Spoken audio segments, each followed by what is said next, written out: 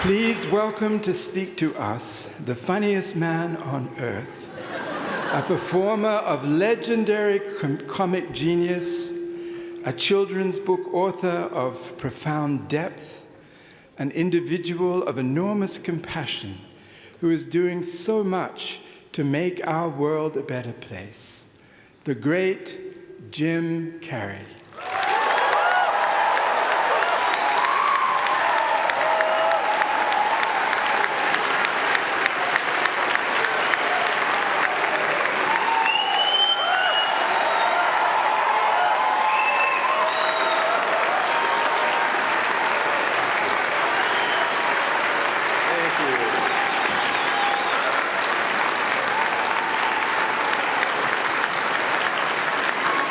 What are you sitting down for? I was going to milk that for a while. You guys can stretch that out in post, right? You can make that longer in the edit. Thank you, Bevan. Thank you all. Jai Guru Dev.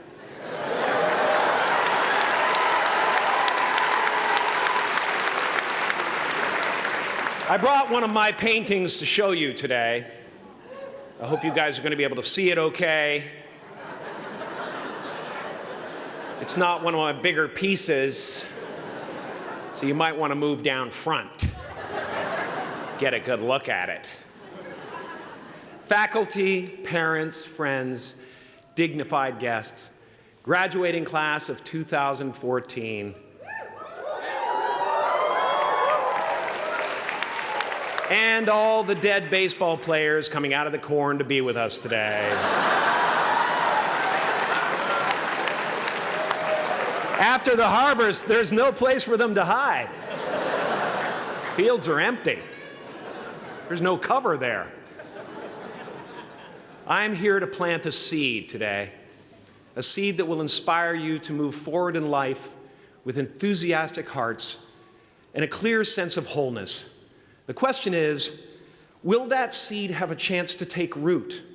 Or will I be sued by Monsanto and forced to use their seed?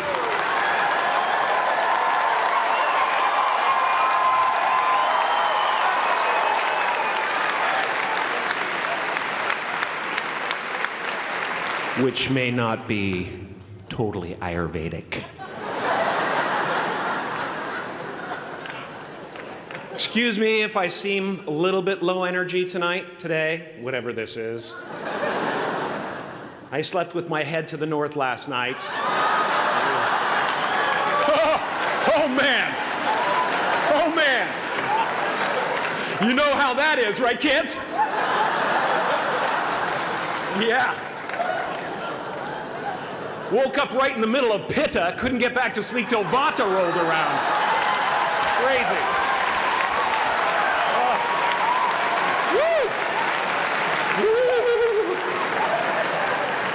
But I didn't freak out, you know. I used that time to eat a large meal. Connect with someone special on Tinder. Because life doesn't happen to you, it happens for you. How do I know this? I don't, but I'm making sound, and that's the important thing. That's what I'm here to do. Sometimes I think that's the only thing that's important, really, you know? It's just letting each other know we're here, you know? Reminding each other that we're part of a larger self. I used to think Jim Carrey is all that I was. Just a flickering light, a dancing shadow, the great nothing masquerading as something you can name. Seeking shelter in caves and foxholes dug out hastily, an archer searching for his target in the mirror, wounded only by my own arrows, begging to be enslaved, pleading for my chains, blinded by longing and tripping over paradise.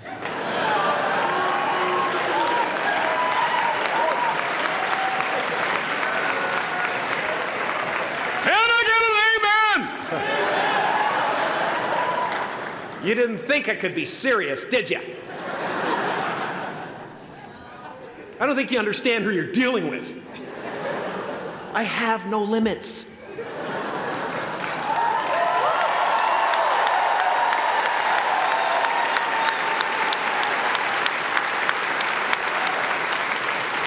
I cannot be contained because I'm the container. You can't contain the container, man. You can't contain the container. I used to believe that who I was ended at the edge of my skin, that I had been given this little vehicle called a body from which to experience creation. And though I couldn't have asked for a sportier model, it was, after all, a loaner and would have to be returned. Then I learned that everything outside the vehicle was part of me too. And now I drive a convertible.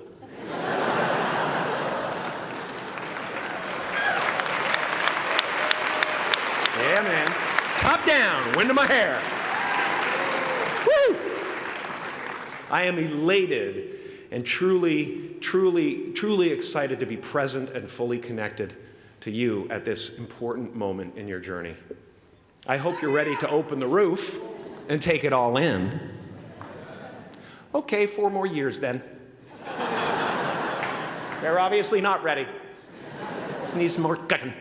Now, I want to thank the trustees, the administrators, the faculty of MUM for creating an institution worthy of Maharishi's ideals of education, a place that teaches knowledge and experience, the knowledge and experience necessary to be productive in life, as well as enabling the students through transcendental meditation and ancient Vedic knowledge to slack off twice a day for an hour and a half.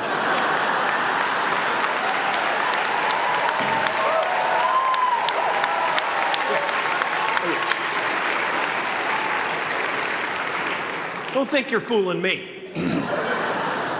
But I guess it has some benefits.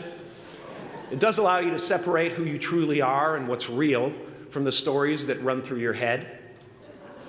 You have given them the ability to walk behind the mind's elaborate set decoration and to see that there's a huge difference between a dog that is going to eat you in your mind and an actual dog that is going to eat you.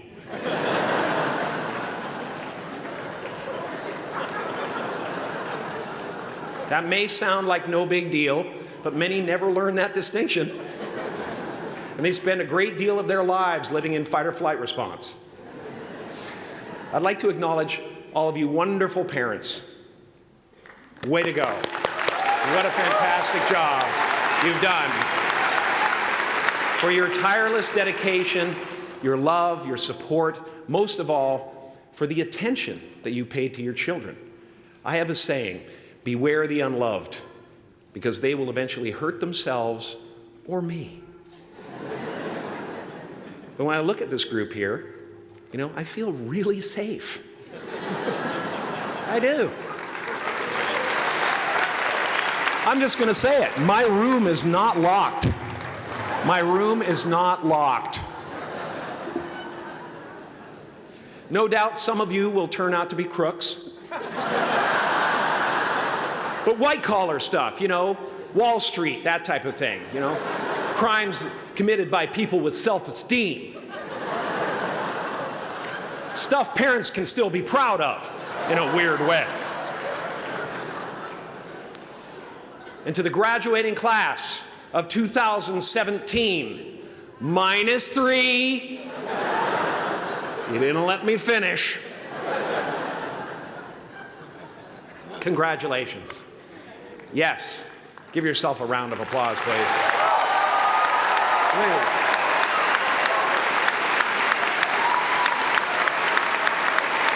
Yeah.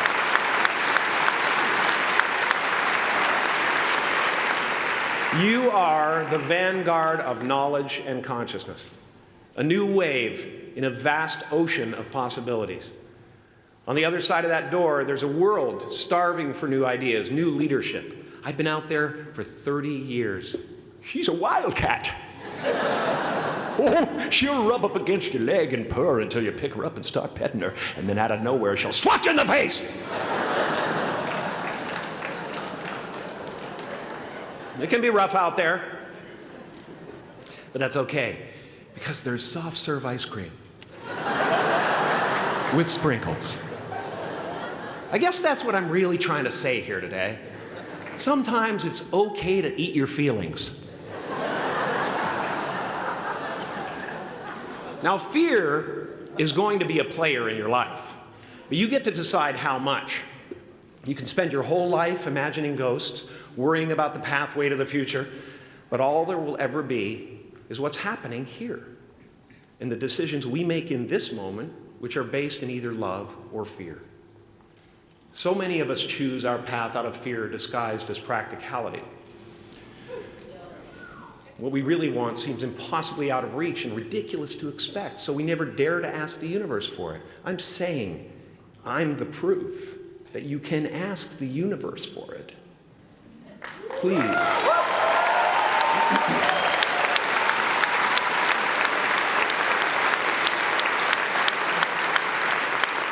And if it doesn't happen for you right away, it's only because the universe is so busy fulfilling my order.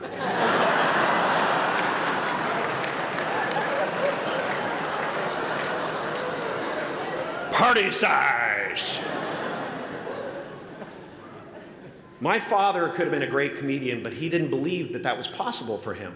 And so he made a conservative choice. Instead, he got a safe job as an accountant. And when I was 12 years old, he was let go from that safe job. And our family had to do whatever we could to survive.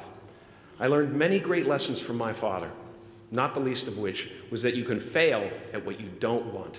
So you might as well take a chance on doing what you love.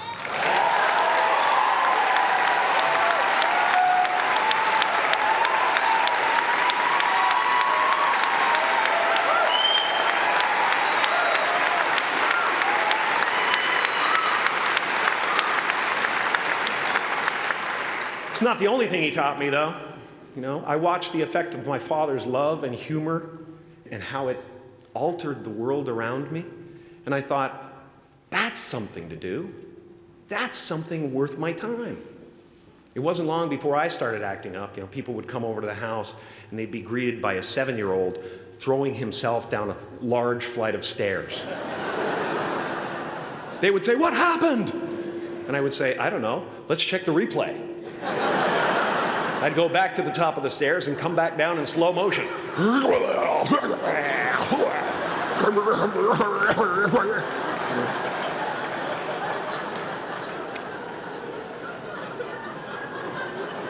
It was a very strange household. My father used to brag that I wasn't a ham, I was the whole pig. And he treated my talent as if it was his second chance. When I was about 28, after a decade as a professional comedian, I realized one night in LA that the purpose of my life had always been to free people from concern, just like my dad. And when I realized this, I dubbed my new devotion the Church of Freedom from Concern. The Church of FFC.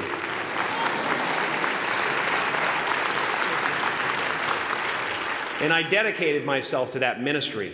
What's yours? How will you serve the world?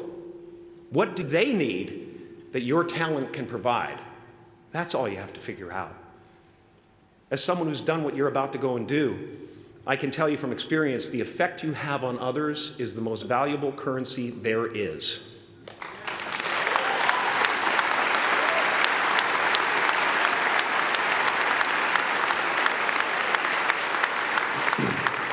Because everything you gain in life will rot and fall apart, and all that will be left of you is what was in your heart.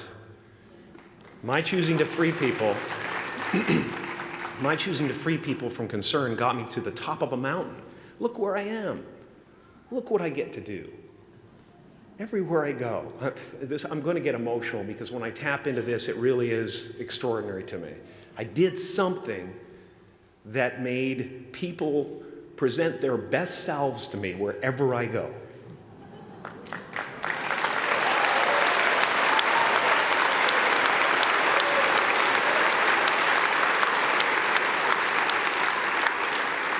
I am at the top of the mountain, and I was, and the only one I hadn't freed was myself, and that's when my search for identity deepened. I wondered who I'd be without my fame. Who would I be if I said things that people didn't want to hear? Or if I defied their expectations of me? What if I showed up to the party without my Mardi Gras mask and refused to flash my breasts for a handful of beads? I'll give you a moment to wipe that image out of your mind. But you guys are so ahead of the game. You already know who you are. And that peace that we're after lies somewhere beyond personality, beyond the perception of others, beyond invention and disguise, even beyond effort itself. You can join the game, fight the wars, play with form all you want, but to find real peace, you have to let the armor go. Your need for acceptance can make you invisible in this world. Don't let anything stand in the way of the light that shines through this form. Risk being seen in all of your glory.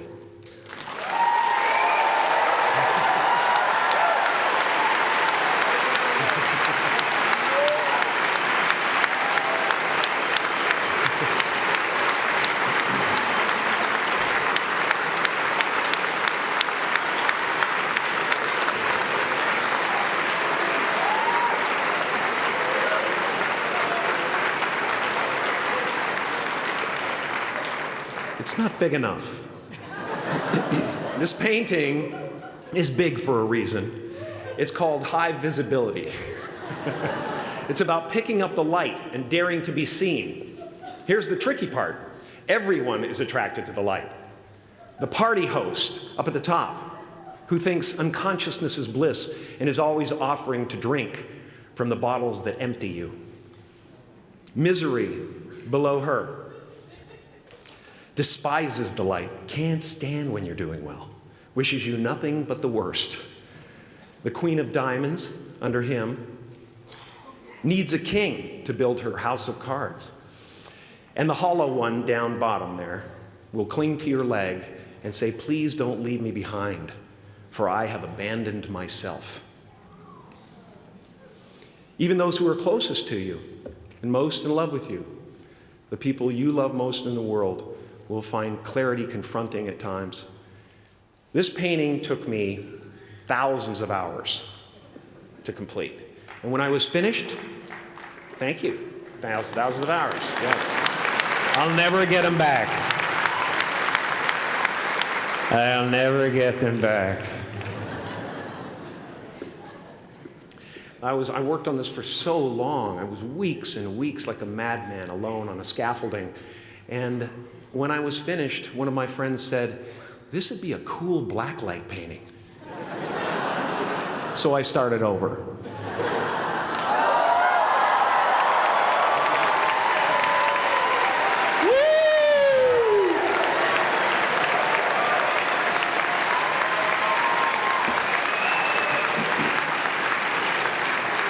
Welcome to Burning Man.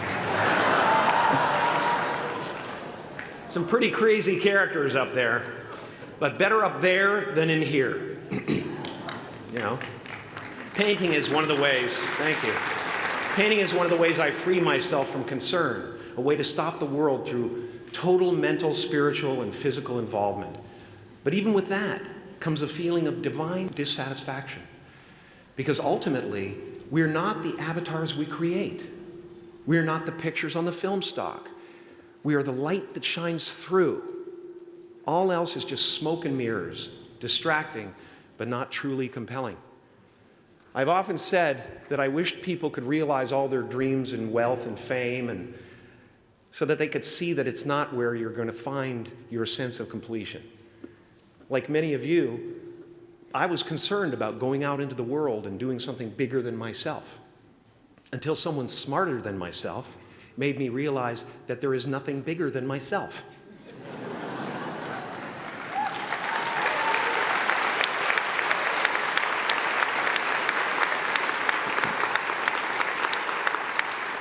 My soul is not contained within the limits of my body. My body is contained within the limitlessness of my soul, one unified field.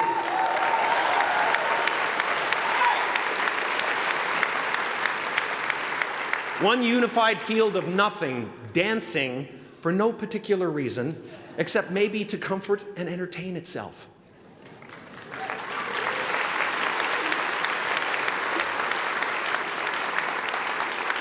As that shift happens in you, you won't be feeling the world, you'll be felt by it. You'll be embraced by it. Now I'm always at the beginning. I have a reset button, and I ride that button constantly. Once that button is functioning in your life, there's no story that the mind could create that will be as compelling. The imagination is always manufacturing scenarios, both good and bad, and the ego tries to keep you trapped in the multiplex of the mind.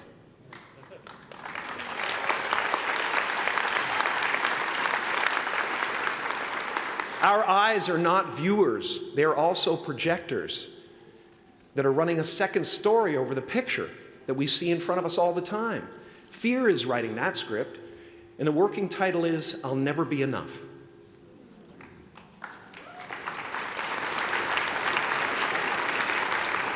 Are you going to look at a person like me and say, how could we ever hope to reach those kind of heights, Jim? How can we make a painting that's too big for our home? How do you fly so high without a special breathing apparatus? This is the voice of the ego. And if you listen to it, there will always be someone who's doing better than you. No matter what you gain, ego will not let you rest. It will tell you that you cannot stop until you've left an indelible mark on the earth, until you've achieved immortality. How tricky is this ego that it would tempt us with the promise of something we already possess?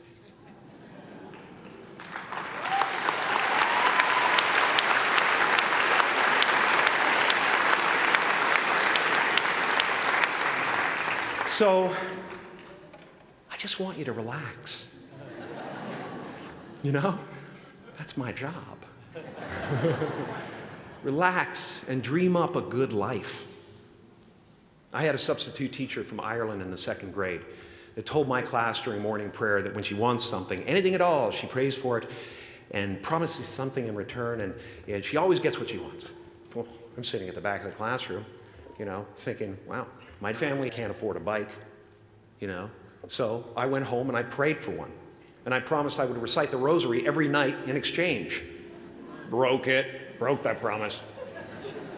But 2 weeks later, I got home from school to find a brand new Mustang bike with a banana seat and Easy Rider handlebars. Yeah. From fool to cool. My family informed me that I had won the bike in a raffle that a friend of mine had entered my name in without my knowledge whatsoever. So that type of thing has been happening to me ever since. As far as I can tell, it's just about letting the universe know what you want and working toward it while letting go of how it comes to pass.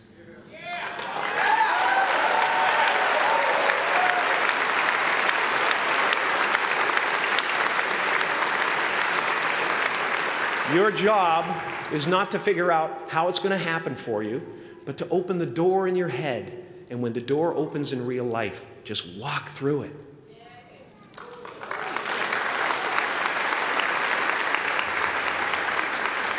And don't worry if you miss your cue, because there's always doors opening. They keep opening. And when I say life doesn't happen to you, it happens for you, I really don't know if that's true. I'm just making a conscious choice to perceive challenges as something beneficial so that I can deal with them in the most productive way. You'll come up with your own style. That's part of the fun. Oh, and why not take a chance on faith as well?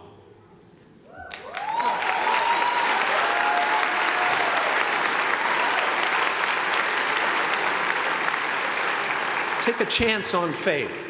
Not religion, but faith. Not hope, but faith. I don't believe in hope. Hope is a beggar. Hope walks through the fire, and faith leaps over it.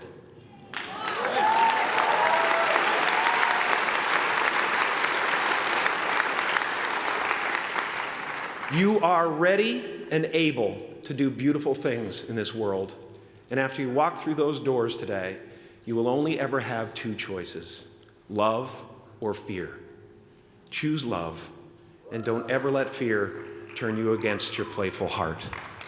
Thank you so much. Thank you, Odell. I'm so honored. Thank you.